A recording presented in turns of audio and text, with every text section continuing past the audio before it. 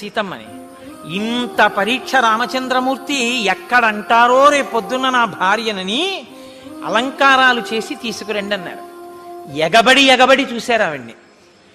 రాముడు ఊరుకుని పక్కన కూర్చోబెట్టుకుంటే ఇంతందగత్తగా పట్టారా రావణుడు తీసుకెళ్ళాడంట కదండి.